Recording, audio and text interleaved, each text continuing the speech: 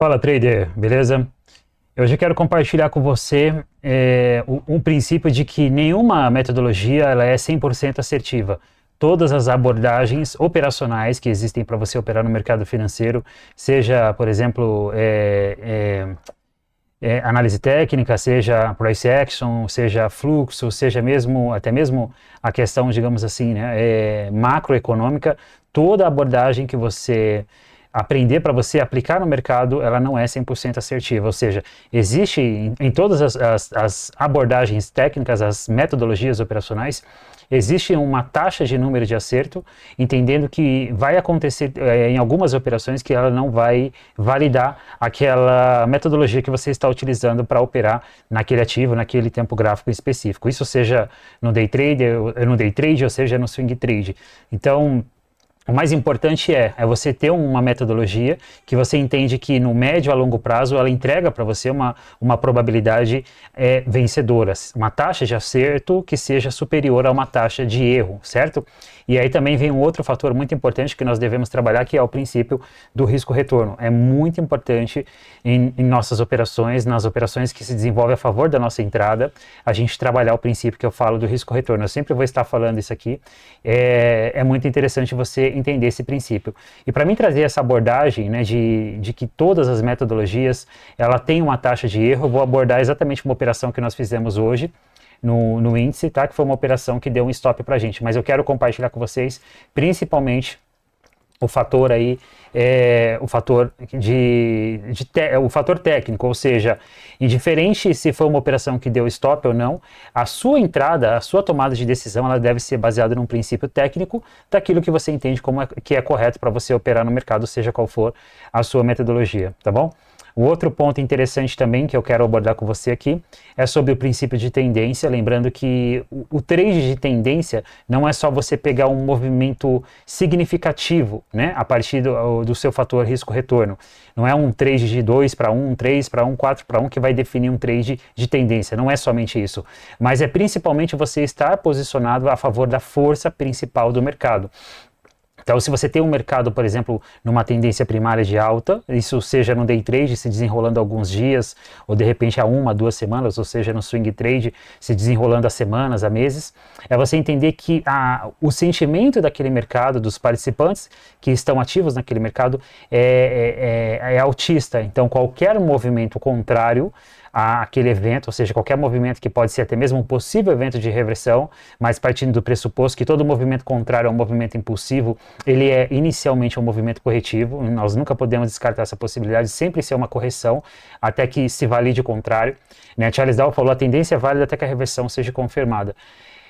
Então o objetivo dos trades de tendência não é só você pegar um risco-retorno favorável de 3, 4, 5 para 1. Não é somente isso. Isso é importante também, mas não é somente isso. Mas é principalmente você estar executando as suas operações a favor da força, ou seja, a favor do sentimento principal daquele ativo em questão que você está operando, beleza? Bem, se você não me conhece, eu sou o Daniel Tenório, já estou há quase 8 anos no mercado financeiro e atualmente eu estou aqui no YouTube compartilhando aulas técnicas e análise de mercado. Então são 3 dias de aulas técnicas, segunda, quarta e sexta, com algumas exceções que eu posso talvez não gravar essa aula por alguma questão pessoal, mas na maior parte dos dias eu vou estar presente aqui na segunda, quarta e sextas-feiras, tá bom? E nos domingos, análise técnica semanal, análise gráfica semanal, na qual eu vou trazer uma análise, um panorama do que nós podemos esperar para a próxima semana operacional, baseado no mini índice, baseado no mini dólar, né? E aí, eventualmente, eu posso falar sobre alguma ação, sobre, por exemplo, o ouro, como recentemente eu abordei, mas os principais ativos é mercado futuro, Bovespa, beleza? Então, se você não é inscrito, se inscreve no canal, deixa seu like, tá bom? E deixa eu compartilhar a tela aqui com você. Então, vamos lá.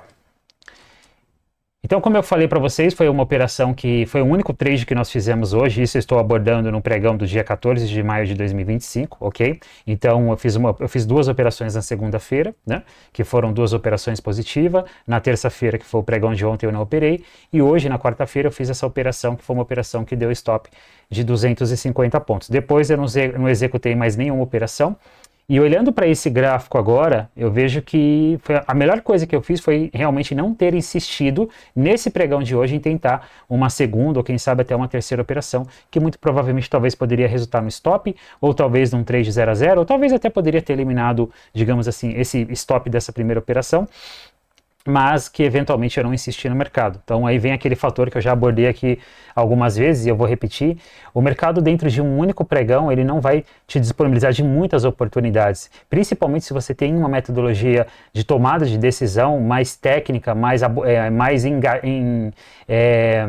alicerçada nos princípios da análise técnica. Você vai entender que na maioria dos pregões você vai ter uma, com menos probabilidade duas e com muito menos probabilidade três oportunidades no mesmo pregão, no mesmo ativo. Então por isso que eu falo que não adianta você ficar aqui, por exemplo, no mercado das 9 da manhã até as 6 da tarde, até as 6 e meia da tarde, que acho que é o horário que está fechando o mercado agora, né? Que isso não vai mudar o seu resultado. Pelo contrário, como diz o próprio trader australiano, né, Neil Fuller, ele fala de que quanto mais tempo nós passamos na frente dos gráficos, maiores são as taxas de erros que nós podemos cometer. E sem dúvidas eu concordo isso, né, eu assino embaixo para essa citação de Neil Fuller. Beleza? Tá bom, meus caros? Bem, sem delongas, deixa eu fechar aqui. Então vamos lá. Qual que foi o princípio aqui desse trade que deu stop? O índice ele está notavelmente numa tendência primária de alta, né? Eu posso olhar aqui, por exemplo, pelo gráfico de 60 minutos, que é um gráfico muito importante para mim, no quesito intradiário, tá bom? Recentemente ele atingiu um alvo aqui muito importante de FIBO, olha só essa projeção, foi o alvo, e você vê que a partir dessa região ele realmente não conseguiu renovar topo e começou a iniciar possivelmente uma correção que pode depois se desencadear numa reversão pela ótica dos 60 minutos. Então, você ter uma reversão nos 60 minutos é diferente de você ter uma reversão nos 5 minutos. Para que você tenha uma reversão nos 60 minutos, você já vai ter uma tendência, né, a favor daquela reversão dos 60 minutos acontecendo no 5. E é o princípio de fractal. Se você não conhece nada sobre fractal, comenta aqui na descrição que eu posso depois pensar em gravar uma aula aí falando um pouquinho sobre fractais. Beleza? E aí ele atingiu aqui nessa região na terça-feira, na verdade na segunda-feira, né, ele já testou aqui essa região, na segunda não, na terça-feira, no pregão de ontem, ele testou essa região de alvo, né, região também dos 141 mil pontos, e aí a partir dessa região ele não conseguiu renovar topo. Né? E o que acontece? Olhando para esse gráfico aqui, dos 60 minutos, até o momento, o que nós temos? Nós temos uma tendência clara de alta, né? Onde esse movimento, a princípio, tem uma característica corretiva desse movimento de alta, e olha só, se eu traçar FIBO aqui, você vai ver que provavelmente ele está trabalhando na região de 38%, olha só, ele está se mantendo na região de 38%, pelo menos até o dado momento, certo? Mas ele pode, eventualmente, aí buscar retrações maiores, como, por exemplo, 50% e 60%. Ou seja, se o índice vier amanhã ou nos próximos pregões nessa região dos 139 mil pontos, ele ainda vai estar num processo corretivo, tá bom? Então, o evento de reversão pelos 60 minutos, ele precisa de uma informação muito maior do que nós estamos observando aqui. De qualquer forma, lá nos 5 minutos, nós tínhamos um evento que estava começando a ficar muito interessante no índice para um possível trade de reversão nos 5 minutos, que consequentemente seria um trade de correção pela ótica dos 60 minutos. Se você está tendo dificuldade de entender esse termo, aí, como eu falei, vem um princípio de fractal, vem um princípio de tendência primária, secundária e, consequentemente, dessa leitura que eu estou compartilhando contigo, tá?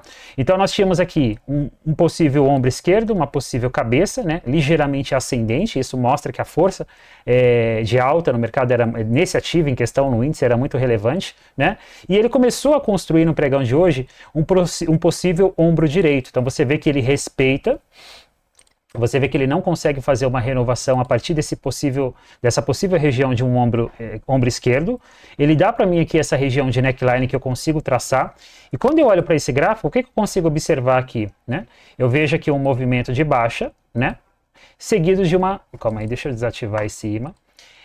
Vamos lá, eu vejo aqui um movimento de baixa, seguido de uma possível correção lateral, ou você pode chamar de uma correção flat, segundo a escola de Elliott, uma correção flat ou lateral ABC, certo? E possivelmente o rompimento dessa região, acionando para mim um pivô de reversão pelos 5 minutos, a partir do momento que ele começa a perder essa região de neckline, e consequentemente até então essas mínimas do dia. E aí o que nós esperávamos baseado no comportamento do preço? Um pullback, um teste nessa região de preço que ele perdeu e consequentemente ele tentar uma segunda pernada de baixa dentro desse pregão. Bem, basicamente esse movimento ele aconteceu, não teve uma profundidade, né? Mas basicamente foi uma segunda pernada que tentou se desenvolver. Ou seja, e um dos fatores, como eu acabei de abordar lá, que faltou pressão vendedora aqui nessa região, porque o sentimento dos participantes do mercado ainda é comprador. Então, qualquer movimento contrário, ele vai sofrer mais rejeição. O oposto é verdade. O dólar, por exemplo, se ele está numa tendência de baixa, qualquer movimento contrário a esse movimento de baixa, que é o movimento impulsivo, ou seja, um movimento corretivo de alta, ele vai sofrer mais rejeições, até que os sentimentos dos participantes do mercado como um todo mude, e aí sim ele vai entregar o movimento que a gente tanto espera num possível cenário de reversão. Beleza? Mas vamos lá, eu quero falar com você sobre o trade de hoje, e quero falar sobre o contexto técnico que tinha dessa operação, o fato de ela ter falhado e ter dado um stop pra gente, mas que no final você sempre olhar para aquele trade que deu stop e chegar a uma seguinte conclusão: bem, esse trade deu stop porque foi uma leitura errada que eu fiz do mercado, foi, digamos assim, a leitura correta, mas num momento errado, num time errado, ou seja, você teve a leitura que o mercado poderia ir para cima ou para baixo, mas você não soube acertar o time, né, o momento, o feeling do agora ele vai, né?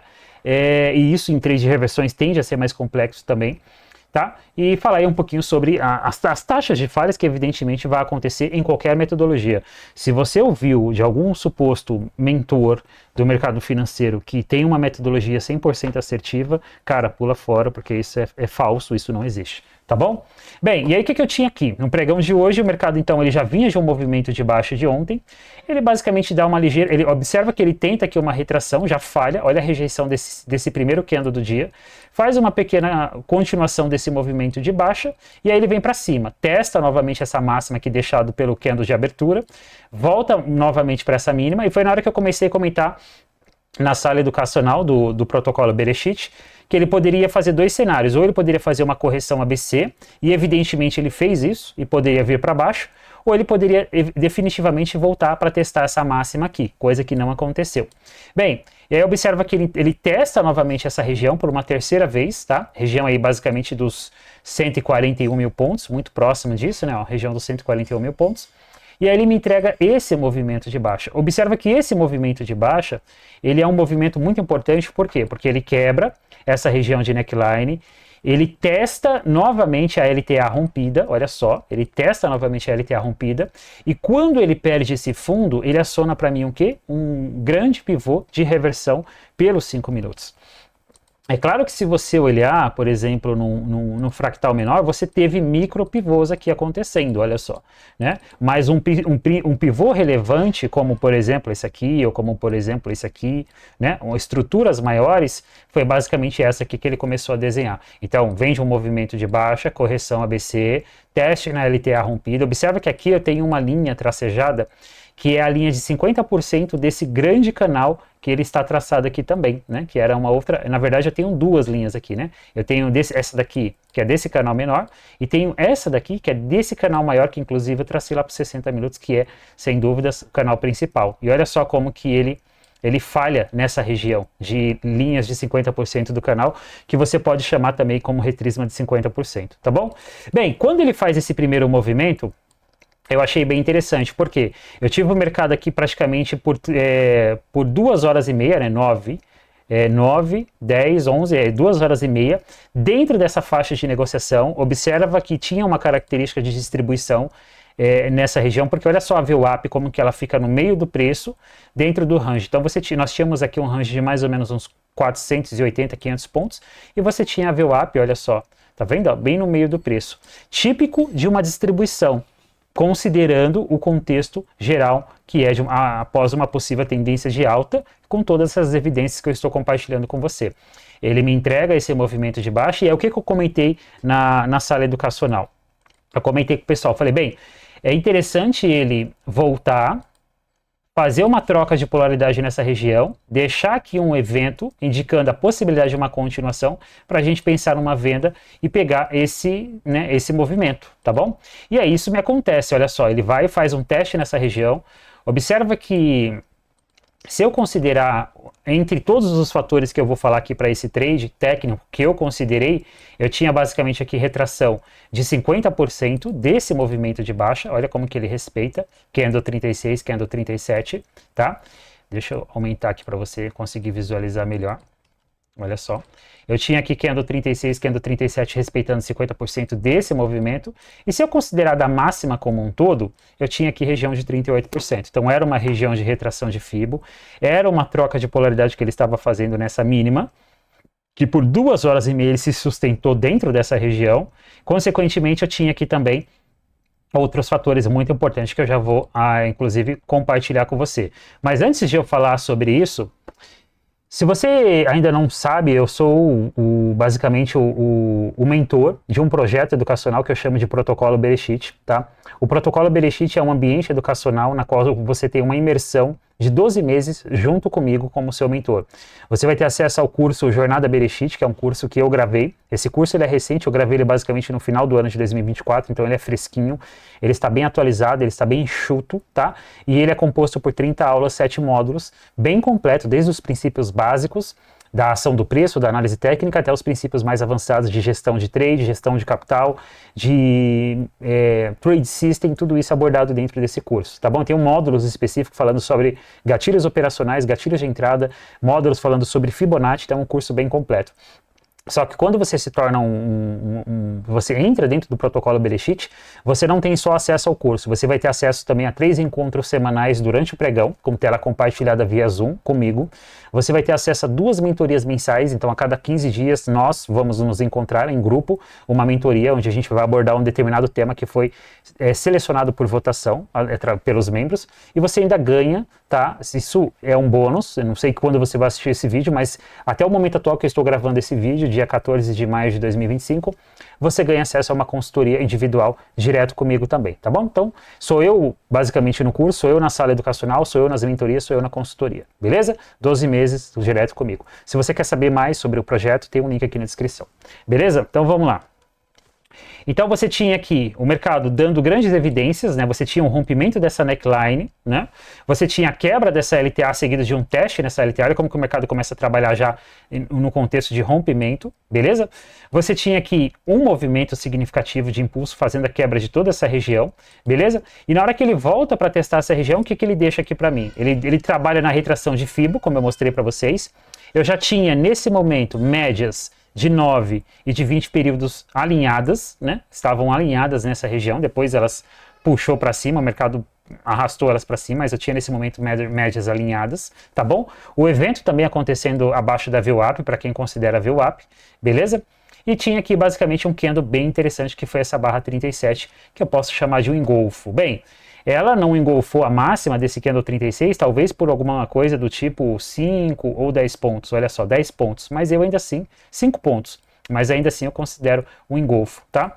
Ou seja, era o melhor cenário técnico para um trade de reversão que nós tínhamos aqui pelos 5 minutos. Ah, eu poderia vender aqui nessa região? Poderia, mas ainda eu tinha uma complexidade de vender nessa região, que é o quê? Que era a mínima do dia, era a CLTA, médias macro de tempos gráficos maiores nessa região, travando o preço. Então, era uma região bem complicada, tá? Então, aguardar o rompimento seguido de uma troca de polaridade de um evento indicando continuação era bem mais favorável para esse tipo de operação.